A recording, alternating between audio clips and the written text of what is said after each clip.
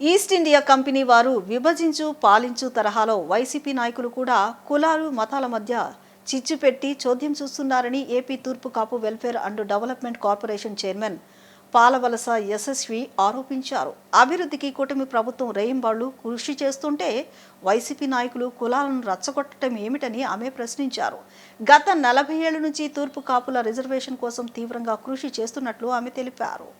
గొల్లపూడి సమీపంలో బీసీ సంక్షేమ భవన్ ఏపీ తూర్పు Kapu welfare and development corporation సమావేశం జరిగింది. ఈ సమావేశం అనంతరం చైర్మన్ యశస్వి మాట్లాడుతూ నేరాలకు పాల్పడే వరకు కులమతాలు ఆపాదించి వారికి వైసీపీ మద్దతు పలుకుతోందని విమర్శించారు. పవన్ కళ్యాణ్ మీద వ్యక్తిగత ద్వేషంతో ఆయన వ్యాఖ్యలను వక్రీకరించి తప్పుపడుతున్నారని విమర్శించారు. నల్ల కోటు ముసుగు వేసుకుని జడ శ్రవణ్ కుమార్, యూట్యూబర్ రావణ్, రజనీలు ముగ్గురు వైసీపీ కోవర్టులుగా పనిచేస్తున్నారని ఆరోపించారు. 2017లో జరిగిన సుగాతి ప్రీతి విషయంపై ఇప్పుడు మాట్లాడడం ఏమిటని ప్రశ్నించారు. కూటమి పాలన ప్రశాంతంగా సాగిపోతుంటే ఓర్వలేని వైసీపీ నాయకులు ఏదో ఒక అశాంతి అలజడి రేపి పబ్బం గడుపుకుంటున్నారని ధ్వజమెత్తారు. తాను కూడా ఒక లాయన్నేనని, కులాల మధ్య చిచ్చు పెట్టే వారికి తప్పకుండా చెక్ పెడతారన్నారు. గత 40 ఏళ్ల నుంచి తూర్పు కాపుల రిజర్వేషన్ కోసం తీవ్రంగా కృషి చేస్తున్నట్లు ఆమె తెలిపారు. 26 జిల్లాల కలెక్టర్లను కలిసి ఈడబ్ల్యూఎస్ సర్టిఫికెట్లు జారీ చేయాలని, అందుకు సంబంధించిన సర్క్యులర్ ఇవ్వాలని కోరగా అన్ని జిల్లాల కలెక్టర్లు అనుమతి ఇచ్చారని తెలిపారు. ఇది తాము సాధించిన ఘనతన్నారు. అభివృద్ధికి కూటమి ప్రభుత్వం రేయింబాళ్లు కృషి చేస్తుంటే వైసీపీ నాయకులు కులాలను రచ్చగొట్టడమే పనిగా పెట్టుకున్నారన్నారు.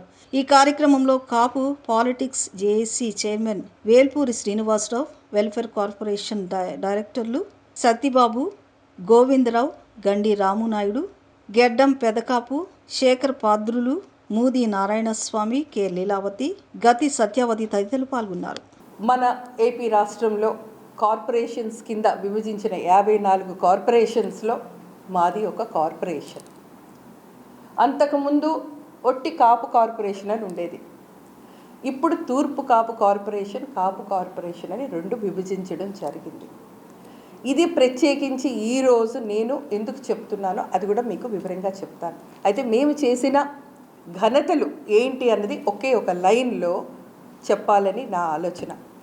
మా బోర్డ్ ఆఫ్ డైరెక్టర్స్ నాతో సహా మీ అందరం కలిసి అందరం కూడా అభివృద్ధి ధ్యేయం, ఎన్డీఏ కూటమికి మేము ఇవ్వాల్సింది అభివృద్ధి. మా కులం తరపు నుంచి మేమందరం డౌన్ ట్రోడన్గా ఉన్నవాళ్ళు వాళ్ళకి అన్ని విధాలుగా చేయూతనిచ్చి హెల్ప్ చేయాలన్న ఆలోచనతో, అదేవిధంగా ఎప్పటి నుంచో 40 ఏళ్ల నుంచి స్ట్రగుల్ అవుతున్న ఇష్యూ ఏదైతే ఉందో ఓబీసీ సంబంధించి సెటిలర్స్ అందరూ ఇబ్బంది పడుతున్నారు. దానికి సంబంధించి ఈరోజు మొత్తం 26 జిల్లాలు, అంతకుముందు 13 జిల్లాల్లో కూడా ప్రతి కలెక్టరేట్ దగ్గరికి వెళ్ళి కలెక్టర్ గారిని పర్సనల్గా కలిసి ఒక సర్క్యులర్ ఇష్యూ చేయమని ఈడబ్ల్యూఎస్ సర్టిఫికేట్ అన్నది దానికి ఎంతో మేధామదనం చేసి దానికి సంబంధించి సపోర్టివ్ డాక్యుమెంట్స్తో పాటు విషయాలు చెప్తూ ఈడబ్ల్యూఎస్ సర్టిఫికేట్ ఏ విధంగా మేము ఆ పరిధిలోకి వస్తామని చెప్తే అందరూ కూడా ఇవ్వడం జరిగింది. ప్రతి ఒక్క కలెక్టరేట్ నుంచి సర్క్యులర్ వచ్చింది. ఇది మా ఘనత అన్నది ముఖ్యంగా సెటిలర్స్కి అందరికి కూడా మేము ఇది చెప్పడం జరుగుతుంది. సో ప్రతి ఒక్క డైరెక్టర్ ఒక్కొక్క జిల్లా నుంచి ఉన్నవాళ్ళు వాళ్ళందరూ కూడా అదే ఈరోజు బోర్డ్ ఆఫ్ డైరెక్టర్స్ మీటింగ్లో మేము చేసిన ఘనతలు, మేము ఏ విధంగా సపోర్ట్ చేస్తున్నాము ప్రజలకి, అలానే మహిళలకి, పిల్లలకి ఏ విధంగా సపోర్ట్ ఇస్తున్నాం అనేది చర్చించుకోవడం జరిగింది. అయితే ఇది మా కార్పొరేషన్ నుంచి చేస్తున్న మా అచీవ్మెంట్స్. అయితే ఎంతసేపు కార్పొరేషన్లో చేసిన అచీవ్మెంట్స్తో పాటు ఏపీ రాష్ట్రంలో ఏం జరుగుతుంది, కులాల విభజన ఎందుకు జరుగుతుంది, అభివృద్ధి గురించి ఆలోచిస్తామా లేకపోతే డివైడ్ అండ్ రూల్ పాలసీలో ఆలోచిస్తామా, ఇది వసతి ఎందుకు కల్పించారు కార్పొరేషన్స్ అన్నది ఇందాక కూడా మీకు చెప్పాను. 54 కార్పొరేషన్లు అన్నప్పుడు అభివృద్ధి వైపే ధ్యేయంగా ఉండాలని ఆలోచించి ప్రతి ప్రభుత్వం చేస్తుంది.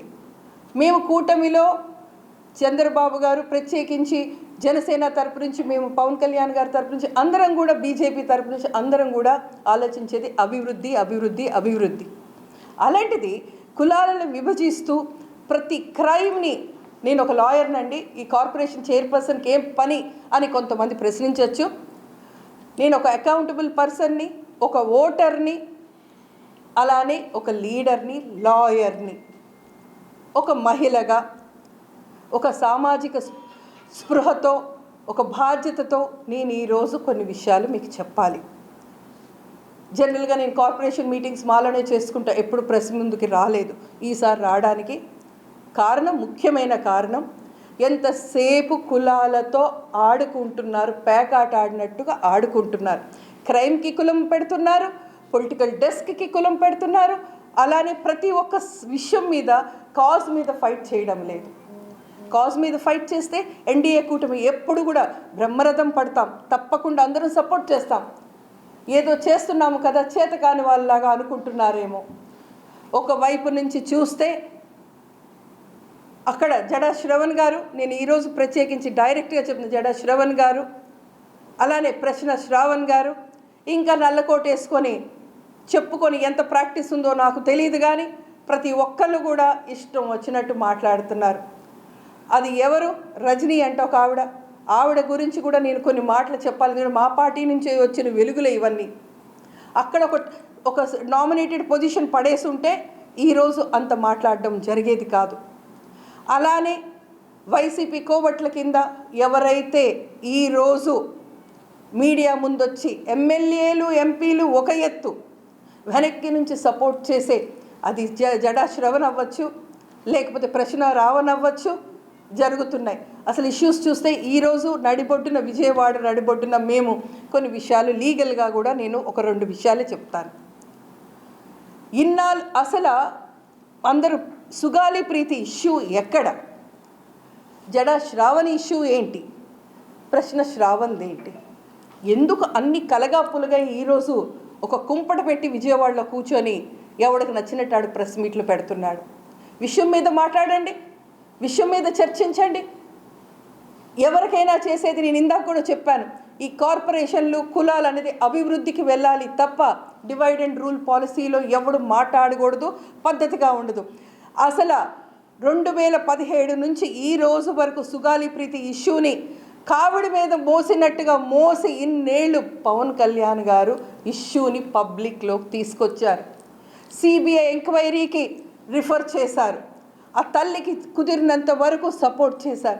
ఆవిడ్ని ఇష్టం వచ్చినట్టు కలగా పులుగా చేసి ఏదేదో దేవుడు మనుషులను పుట్టిస్తాడు, కానీ రాజకీయ నాయకులు ఓటర్ని ఏ విధంగా ప్రభావితం చేస్తారో, విషయాల్ని ఏ విధంగా ప్రభావితం చేస్తారో వైసీపీ నాయకులను చూసే నేర్చుకోవాలి. అదేవిధంగా ప్రశ్న శ్రావణ్, అదే జడా శ్రవణ్, వీళ్ళందరికీ పని లేదేమో.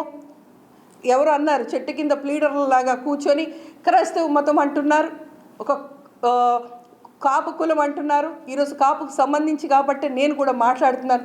ఇక్కడ కాపు కులం ఎక్కడ వచ్చింది, క్రైస్తవ కులం ఎక్కడికి వచ్చింది, రిలీజియన్ ఎక్కడ వచ్చింది? ఎందుకు ఇక్కడ కన్ఫ్యూజ్ చేస్తున్నారు ప్రజల్ని భయాందోళనకు ఎందుకు గురి చేస్తున్నారు? ఎన్డీఏ కూటమిలో చాలా చక్కగా, సవ్యంగా, స్మూత్ గవర్నెన్స్ అవుతుంది. ఈ స్మూత్ గవర్నెన్స్లో మీరు అభివృద్ధి వైపు దిశగా వెళ్ళండి. క్రైమ్ ఉంటే క్రైమ్ని క్రైమ్గా చూడండి. ఇక్కడ పవన్ కళ్యాణ్ గారు ఎందుకు వస్తున్నారు, డిప్యూటీ సీఎం గారి పేరు ఎందుకు పదే పదే తిరుగుతుంది, ఆయన పర్సనల్ లైఫ్ చుట్టూ ఎందుకు పదే పదే తిరుగుతుంది?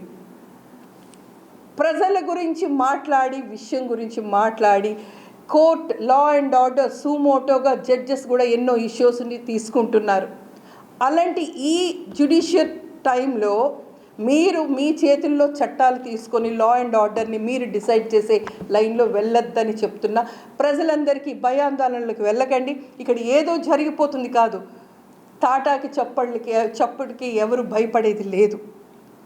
ఇష్టం వచ్చినట్టు పేలుతున్న ఈ వైసీపీ నాయకులకి ఒకే ఒక సమాధానం. పవన్ కళ్యాణ్ గారు ఆ రోజు ఏమన్నారు, ఏ కొడకల్లారా అన్నారు. ఆ విషయం మీద నేను చాలా మీ అందరూ సోషల్ మీడియాలో కూడా చెప్పాను. ఆ రోజు ఏ సందర్భంలో అన్నారో, ఎంతవరకు ఓపికతో, సహనంతో ఉన్నారో అందరికీ తెలుసు. అది మీరిపోయిన తర్వాతే పవన్ కళ్యాణ్ గారు ఆ మాట అనడం జరిగింది. అది ఒప్పుకుంటున్నారే, ఎక్కడ దాక్కోలేదు. మీలాగా అమ్మల్ని, అక్కల్ని, పెళ్ళాల్ని, ఆడోళ్ళని రోడ్లకు ఎక్కించే స్థాయి మాది కాదు. కూటమిలో women are protected in safe hands. ఇప్పుడు జరిగిన ఇష్యూ మీద తప్పకుండా ఇది అడ్జుడికేషన్లో ఉంది. సాయి కృష్ణ ఇష్యూ అడ్జుడికేషన్లో ఉంది. అది హెబియస్ కార్పస్ అంటే అందరికీ తెలుసు, వేర్ ఇస్ ద పర్సన్. ఆ విషయం మీద జరుగుతుంది. దాని గురించి సిట్ని ఏర్పాటు చేయడం జరిగింది. ఇప్పుడు జడా శ్రవణ్ గారు ప్రత్యేకించి హాస్యాస్పదం ఏంటంటే, అక్కడ ఆయన కస్టడీలో తీసుకున్నారు, ఎవరు ప్రశ్న రావని ఆయన విషయంలో హెబియస్ కార్పస్ అని వేశారు. ఆయన క్లియర్గా కనబడుతున్నప్పుడు వేర్ ఇస్ ద పర్సన్ అనేది ఎక్కడ సెట్ అవుతుంది? ఏదో చదివామా, లా పట్టా తీసుకున్నామా, నలుగురిలో మాట్లాడామా అన్న ఒక రజనీ, ఒక జడా శ్రవణ్ గారు, ఇంకా XYZ ఎవడో సోషల్ మీడియాలో నోటుకు వచ్చినట్టు కూస్తున్నాడు. ప్రతి ఒక్కడికి ఇదే సమాధానం. మీరు కోర్టుకు వెళ్ళండి, చెయ్యండి, ఏదైనా విషయం ఉంటే సోషల్ మీడియాలో మాట్లాడండి. క్రైస్తవ మతం, కాపు కులం ఇవన్నీ కలగాపులుగా చేసి చెయ్యొద్దు. ఇక్కడ కార్పొరేషన్ నుంచి మా అందరి బాధ్యతగా, మా డైరెక్టర్లు, నేను ఇక్కడ ఒక సమాజం మీద బాధ్యతతో చెప్తున్నాం. కార్పొరేషన్స్ అనేది, కులాలు అనేది అభివృద్ధి కోసం పెట్టే ఒక ఇది, దాన్ని మీరు క్లబ్ చెయ్యొద్దు. ఇది డివైడ్ అండ్ రూల్ పాలసీ కింద మీరందరూ కూడా చేస్తున్న ఇది. ఒక ఈస్ట్ ఇండియా కంపెనీ అప్పట్లో చేసేది, ఆ శాఖలోంచి వచ్చిందేనేమో ఈ వైసీపీ కులం అనేది. నిజంగా ఈస్ట్ ఇండియా కంపెనీ అప్పుడు డివైడ్ అండ్ రూల్ పాలసీ అనేది ఇండియన్స్ని ఏ విధంగా డిస్టర్బ్ చేసి, కాన్కర్ చేసి వాళ్ళు వాడుకున్నారో అందరికీ తెలుసు. ఇప్పుడు నేను అదే ప్రత్యేకించి చెప్తున్నాను. ఇక్కడ ఆంధ్రప్రదేశ్లో ప్రజలు తెలివైన వాళ్ళు, సమయస్ఫూర్తితో స్పందిస్తారు, సమయస్ఫూర్తితో డెసిషన్ తీసుకుంటారు. మీరు దీన్ని రివేర్ చేయాల్సిన బాధ్యత మా అందరి తరపు నుంచి. కాబట్టి మేము అందరం కూడా కూటమి తరపు నుంచి ఈ విషయం ఏదైతే జరుగుతుందో అందరం ఖండిస్తున్నాం. ఖండించడమే కాదు, ప్రజలకి చెప్తున్నాం ఏం జరగడం లేదు. ఊరికే తిన్నది అరక్క కొట్టుకు చేస్తున్న వైసీపీ నాయకులకి, దాన్ని సపోర్ట్ చేస్తున్న ప్రతి ఒక్క లీడర్కి, అసలు ఎవడండి ప్రకాష్ రాజ్ ఎవడు? ఒక యాక్టర్ అంతే కదా. ఆయనకి ఏమైనా సోషల్ రెస్పాన్సిబిలిటీ ఉందా? సోషల్ రెస్పాన్సిబిలిటీ ఏమైనా సోషలిస్టా? He's just time pass, credentials is doing it. అలాగే మిగతా వాళ్ళని పేర్లు పెట్టి నేను ఇప్పటికే పెద్దోళ్ళని చేసేసాను. వాళ్ళందరినీ మేము అసలు we don't even bother, we care a damn. ఎందుకంటున్నానంటే ఇంకంతకంటే మాట్లాడితే అది బాగుండదు. వాళ్ళని ఎక్కడ నోళ్ళు అక్కడ పెట్టుకొని, ఒళ్ళు దగ్గర పెట్టుకొని, మర్యాద అంటూ ఒకటి బిహేవ్ చేసి మాట్లాడడం నేర్చుకోమని మా కూటమి తరపు నుంచి మా నాయకులు, మా డైరెక్టర్స్, మా అందరం కూడా ఖండిస్తూ దీన్ని ఎక్కడ ఆపండి, ఇంకా ఆపండి. ఇక్కడి నుంచి ఏమన్నా మితిమీరితే మొత్తం కాపు కులంలో ఉన్న ప్రతి ఒక్కడు కూడా దీన్ని ఏ విధంగా తీసుకెళ్లాలో చేసి చూపెడతాం. This is what our warning. As a chairman, we are doing it.